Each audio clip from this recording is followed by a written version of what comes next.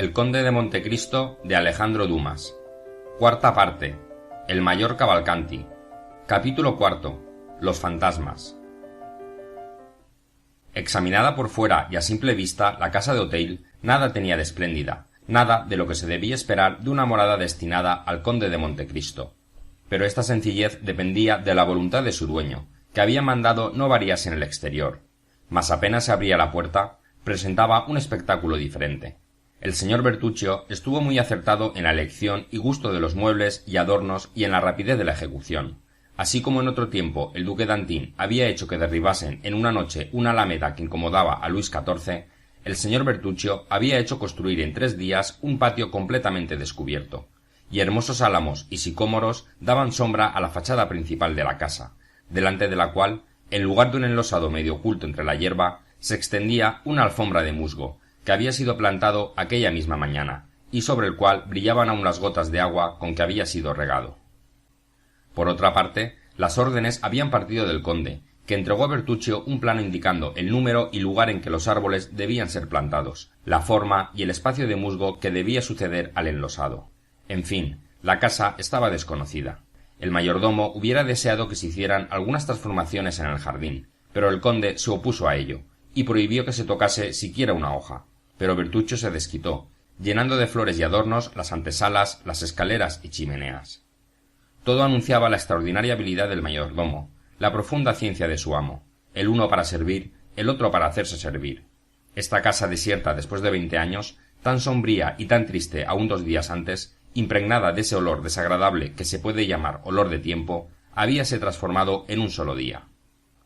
Al entrar en ella el conde, tenía al alcance de su mano sus libros y sus armas, a su vista sus cuadros preferidos, en las antesalas los perros, cuya caricia le eran agradables, los pájaros que le divertían con sus cantos. Toda esta casa, en fin, despertada de un largo sueño, vivía, cantaba, parecida a esas casas que hemos amado por mucho tiempo y en las que dejamos una parte de nuestra alma si por desgracia las abandonamos. Los criados iban y venían por el patio, todos contentos y alegres, los unos encargados de las cocinas y caminando por aquellas escaleras y corredores como si hiciesen algún tiempo que los habitaban, otros se dirigían a las caballerizas, donde los caballos relinchaban respondiendo a los palafreneros, que les hablaban con más respeto del que tienen muchos criados para con sus amos. La biblioteca estaba dispuesta en 2 cuerpos, en los 2 lados de la pared, y contenía 2000 volúmenes. Una sección estaba destinada a las novelas modernas, y la que había acabado de publicarse el día anterior la tenía ya en su estante encuadernada en tafilete encarnado y oro. En otro lugar estaba el invernadero, lleno de plantas raras y flores que se abrigaban en grandes macetas del Japón, y en medio del invernadero, maravilla a la vez agradable a la vista y al olfato, un billar que parecía haber sido abandonado 2 horas antes por los jugadores. Una sola habitación había sido respetada por el señor Bertuccio. Delante de este cuarto, situado en el ángulo izquierdo del piso principal, al cual podía subirse por la escalera principal y salir por una escalerilla falsa, los criados pasaban con curiosidad, y Bertuccio con terror. El conde llegó a las 5 en punto, seguido Dalí, delante de la casa de Auteuil. Bertuccio esperaba esta llegada con una impaciencia mezclada con inquietud, ansiaba alguna alabanza y temía un fruncimiento de cejas.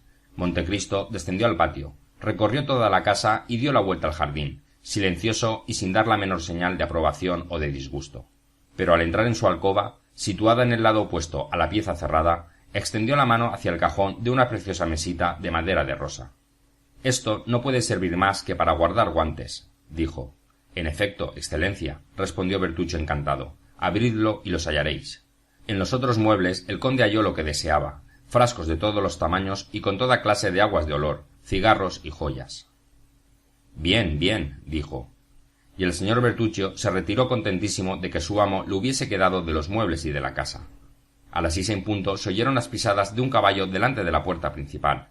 Era nuestro capitán de Safis conducido por Medea. Montecristo lo esperaba en la escalera con la sonrisa en los labios. «Estoy seguro de que soy el primero», le gritó Morrel. «Lo he hecho a propósito para poder estar un momento a solas con vos antes de que llegue nadie. Julia y Manuel me han dado 1000 recuerdos. Ah, ¿sabéis que esto es estupendo? Decidme, ¿me cuidarán bien el caballo vuestros criados? Tranquilizaos, mi querido Maximiliano, entienden de eso.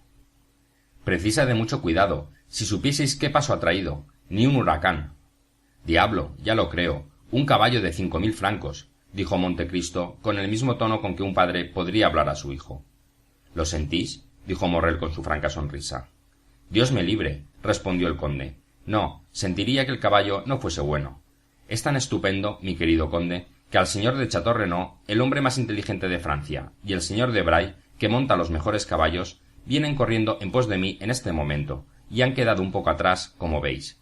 Van acompañando a la baronesa, cuyos caballos van a un trote con el que podrían andar 6 leguas en 1 hora. Entonces pronto deberán llegar, repuso Montecristo. Mirad, ahí los tenéis. En efecto, en el mismo instante, un cupé arrastrado por 2 soberbios caballos de tiro llegó delante de la reja de la casa, que se abrió al punto. El cupé describió un círculo, y paróse delante de la escalera, seguido de 2 jinetes. Debray echó pie a tierra en un segundo, y se plantó al lado de la portezuela. Ofreció su mano a la baronesa, que le hizo al bajar un gesto imperceptible para todos, excepto para Montecristo. Pero el conde no perdía ningún detalle, y al mismo tiempo que el gesto, vio relucir un billetito blanco tan imperceptible como el gesto, y que pasó con un disimulo que indicaba la costumbre de esta maniobra, de las manos de la señora Danglars a las del secretario del ministro.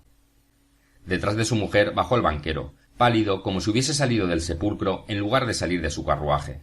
La señora Danglars lanzó en derredor de sí una mirada rápida e investigadora que sólo Montecristo pudo comprender y con la que abarcó el patio, el peristilo, la fachada de la casa. Pero, conteniendo una emoción que se pintó ligeramente en su semblante, subió la escalera diciendo a Morrel: «Caballero, si fueseis uno de mis amigos, os preguntaría si vendéis vuestro caballo». Morrel se sonrió, mirando al conde, como suplicándole que le sacase del apuro en que se hallaba. Montecristo le comprendió. «Ah, señora», respondió, «¿por qué no se dirige a mí esa pregunta?» «Con vos, caballero, no se puede desear nada, porque está una segura de obtenerlo todo. Por eso era el señor Morrel». «Por desgracia», repuso el conde, «yo soy testigo de que el señor Morrel no puede ceder su caballo, pues está comprometido su honor en conservarlo». «¿Pues cómo?»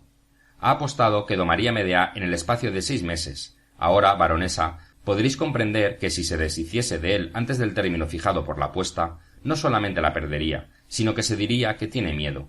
Y un capitán de Safis, aun por complacer al capricho de una hermosa mujer, lo que en mi concepto es una de las cosas más sagradas de este mundo, no puede dejar que cunda semejante rumor». «Ya lo veis, señora», dijo Morrel dirigiendo a Montecristo una sonrisa de agradecimiento. «Creo», dijo Danglars con un tono de zumba mal disimulado por su grosera sonrisa, «que tenéis bastantes caballos como ese». La señora Danglars no solía dejar pasar semejantes ataques sin responder a ellos, y, sin embargo, con gran asombro de los jóvenes, hizo como que no había oído, y no respondió. Montecristo se sonrió al ver este silencio que denunciaba una humildad inusitada, mostrando a la baronesa 2 inmensos jarrones de porcelana de China, sobre los cuales serpenteaban vegetaciones marinas de un cuerpo y de un trabajo tales que sólo la naturaleza puede poseer estas riquezas. La baronesa estaba asombrada. «Oh, qué hermoso es eso», dijo. «¿Y cómo se han podido conseguir tales maravillas?» «Ah, señora», dijo Montecristo, «no me preguntéis eso. Es un trabajo de otros tiempos. Es una especie de obra de los genios de la tierra y del mar». «¿Cómo? ¿Y de qué época data eso?» «Lo ignoro.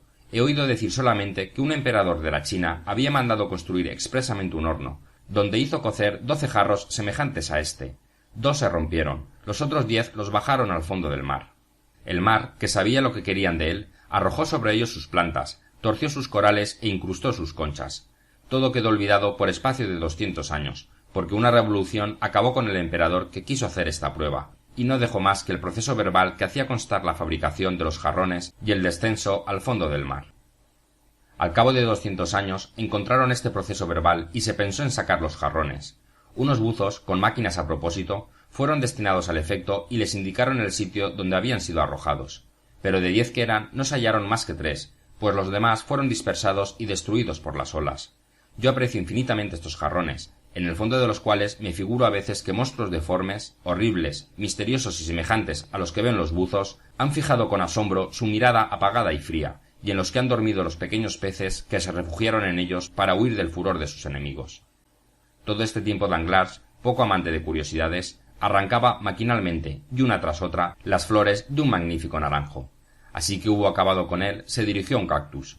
Pero entonces el cactus, de un carácter menos dócil que el naranjo, le picó encarnizadamente.